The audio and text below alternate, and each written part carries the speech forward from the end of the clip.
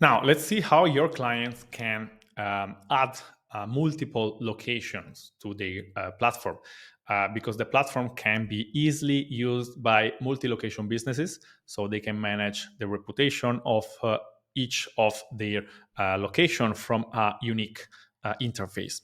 So in order to add a new location, we simply have to go to settings, locations, and in this column, we will see the list of our locations. Here we just have one location, and for every location, you see we have the possibility to enable or disable specific integrations as channels, review sites, and social media pages. Let's add a new location. So we simply have to click here on the plus button. When we add a new location, we simply have to log in with the Google account that manage this location. So we log in with Google. We log in with our profile that manage the location. We consent. All right.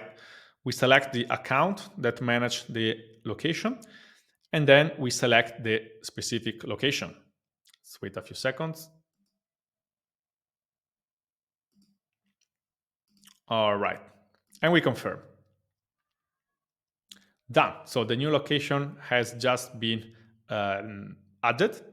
And as you can see, for this new location, we have to connect the specific review sites and social media pages. So as you can see, your clients now have two locations. So from this menu here, they can switch from a location to another. So for example, if I go to the review section, here I'm looking at the reviews of this location here, Pizzeria Real Bruno.